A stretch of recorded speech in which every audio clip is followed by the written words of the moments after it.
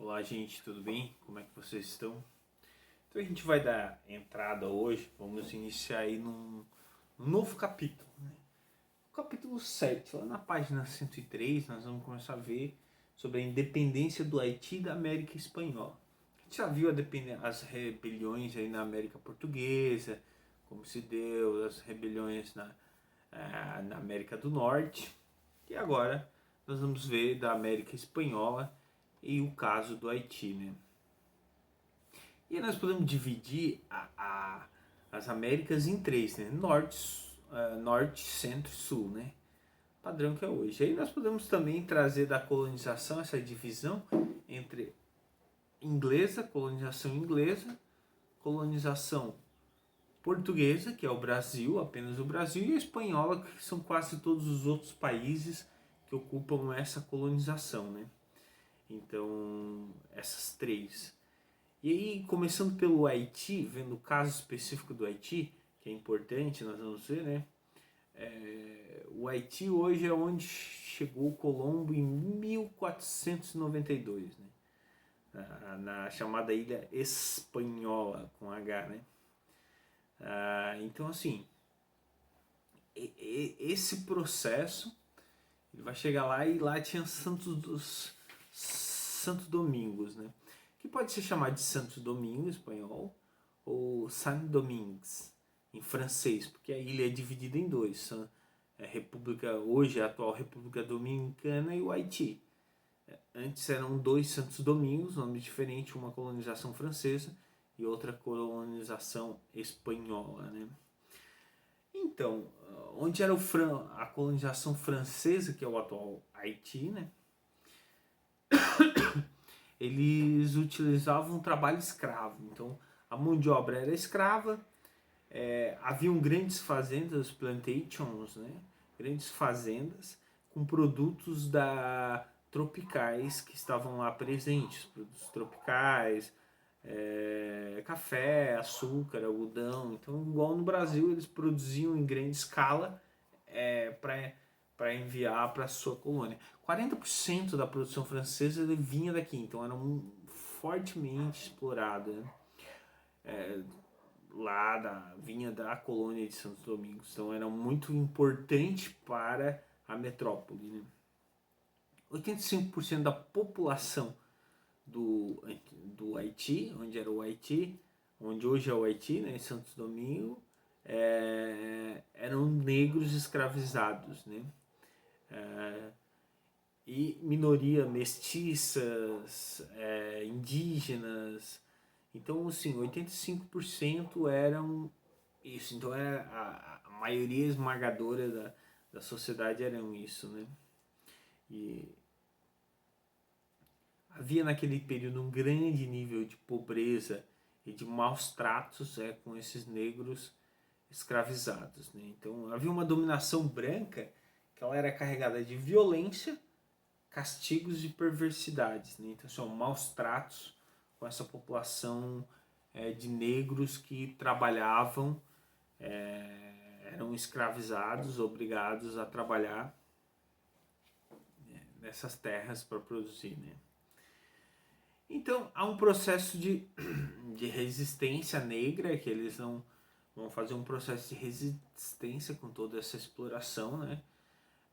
E aí eles resistiam, eles fugiam e criavam quilombos. Aqui no Brasil também a ideia de quilombos, né? Em 1791 houve um levante de escravos, né? Propondo melhores condições de vida para eles e que eles pudessem ter acesso a um pedaço de terra para produzir, né? E aí vai aparecer ali o Toussaint Louverture de abertura, né? Que era antes do escravo, que era chamado de François Dominique Toussaint, né? Ele era da etnia Aja, na África, né? Então essa era a etnia dele, ele veio escravizado para lá e ele era uma liderança, né? Então, inspirado um pouco pelas ideias dos jacobinos franceses, o que eles fazem, né? Os jacobinos eles vão decretar o fim da escravidão nas colônias francesas. Lembram lá Napoleão, quando a gente estudou, jacobinos antes de Napoleão, eles vão decretar o fim da escravidão. Então, com isso, vai ter forte ascensão em São Domingos, o Toussaint Louverture vai assumir um pouco essa liderança, vão estar à frente, né? E aí eles tentam até 1799, quando Napoleão assume novamente. Napoleão assume a França e aí vai revogar a lei do abolicionista, né? Vai revogar essa lei, não vai continuar tendo escravidão, vai voltar a ter escravidão. Porém, nessa volta de ter escravidão vai ter um conflito, porque o Napoleão vai autorizar a invasão de Santos Domingos e eles não vão aceitar fácil. Eles vão resistir, quase 40 mil homens vão para lá, 25 mil homens chegam da França para retomar, porque eles tinham uma produção de 40% do que ia para a metrópole lá, vinha dali, então era importante, era estratégico isso. Então eles vão retomar. Napoleão vai... Só que eles vão resistir, vai ter um processo de invasão, eles vão prender o Toussaint, né? Vão prender ele, vão levar ele preso para a França, né? E aí a resistência ela era composta por quem ali naquele momento? Por ex-escravos que tinham técnicas de lutas já da África e que vão resistir. Eles vão resistir, eles vão estar resistindo e vão ganhar, porque os franceses também não vão conseguir permanecer ali pela questão das doenças, de não conhecer o território e tudo mais, então eles vão perder, vai voltar só dos 25 mil, 8 mil soldados voltam para a França, né? E aí, quem comanda, quem dá continuidade a isso, era um dos que comandava uma das tropas, que era o Jean-Jacques Dessalines. Eles vencem as tropas francesas e proclamam a independência e a república do Haiti. E por que passa a ser Haiti? Haiti era o nome do local que era dado indígena, que eles davam o nome de Haiti, que era terras montuosas e tudo mais ali. Então é um nome indígena, originário que era dado, né? Então ele vai ter aí, vamos proclamar a república, é a segunda república que é proclamada na América e a primeira que faz a abolição da escravatura, não tem mais escravos, eles abolem. E aí com isso vai gerar um medo de todas as outras colônias de ter essa escravidão dos escravos se revoltar. Então o haitianismo que é chamado, né? Tem até uma música que diz o Haiti é aqui, tenta trazer isso, tenta essa forma do Haiti, tinha um medo tremendo de trazer o Haiti. Caiu o livro. Trazer o Haiti novamente para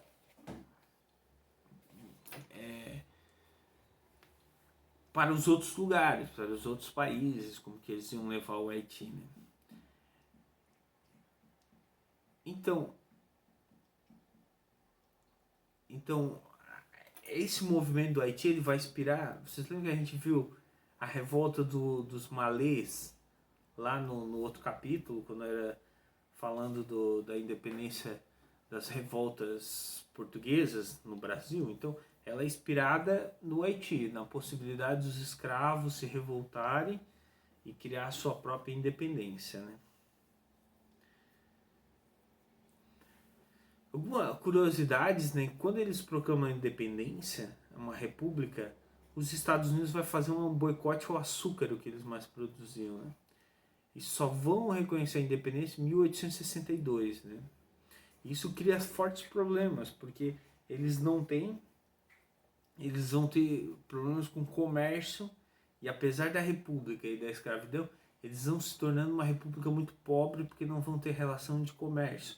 Então, assim, isso vai ter até hoje resultado.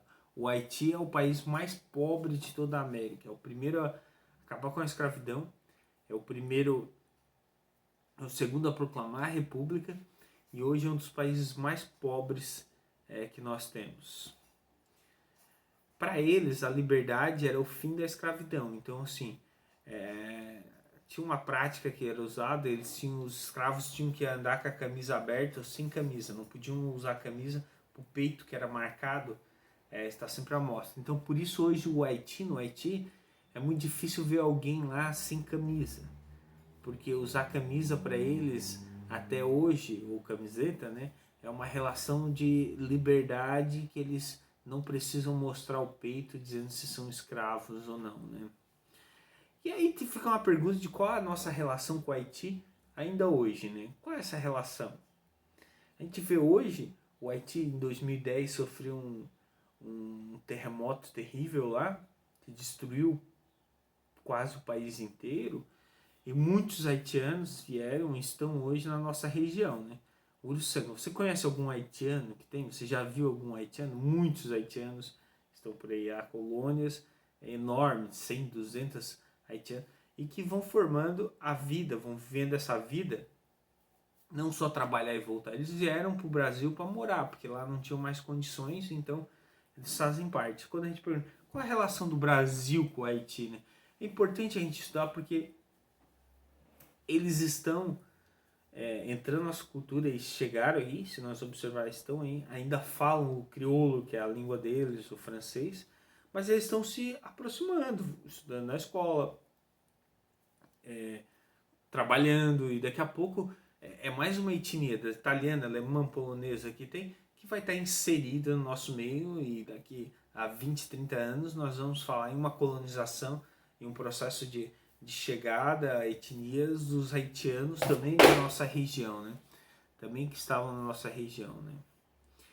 E aí nós vamos à independência das colônias espanholas, né?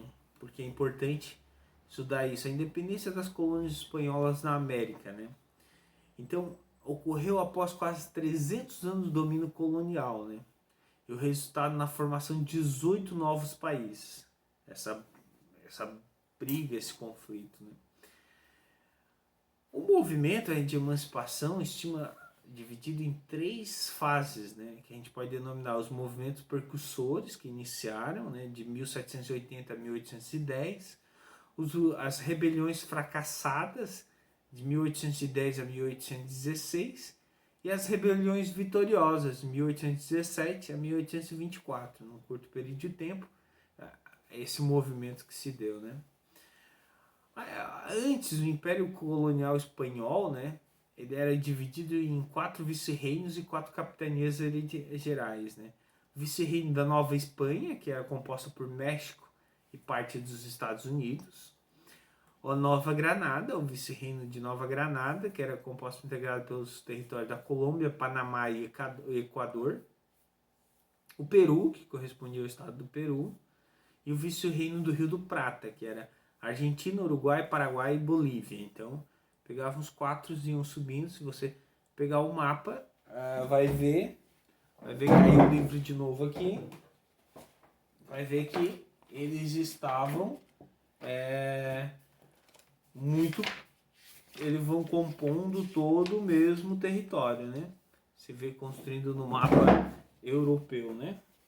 Do mapa americano, né? E as capitanias gerais, que eram Cuba, Guatemala, Venezuela e Chile, né?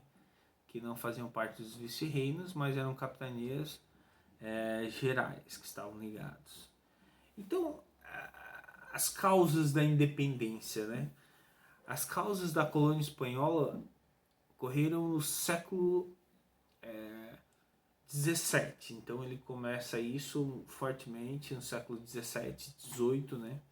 Quando as ideias como liberalismo e autonomia começaram a conquistar as elites crioulas, né? Lá, lembrem lá o que a gente estudou lá das revoluções, Revolução Francesa, Revolução Inglesa, como se deu lá na Europa, vai influenciar fortemente as colônias aqui. Eles vão ter influência nisso. E aí a gente vai ter aqui gente vai vendo depois aqui, mas quando fala dos crioulos, aí na próxima aula a gente vai ver a revolta Paquiamara aqui. Mas o que era crioulos? Crioulos eram as elites de brancos nascidos nas colônias. Não eram os chapatones que eram chamados, chapatones, né? Que eram os espanhóis que estavam na colônia e nasceram na Espanha. Eram aqui, os nascidos aqui, os crioulos, que eles não tinham os mesmos direitos que quem nasceu na Espanha. Eles eram tipo cidadãos de segunda classe. E aqui a gente nem está falando dos negros e dos indígenas e mestiços, né? A gente está falando dos crioulos, que eram brancos, filhos espanhóis que nasceram nas colônias. Então eles eram cidadãos de segunda classe, então é importante ter isso. E aí na segunda aula, na próxima aula, a gente vai continuar isso, vendo um pouco mais disso. Por hoje a gente fica por aqui, vou deixar um exercício lá para a gente fazer lá na sala de aula do Google, certo? Até mais!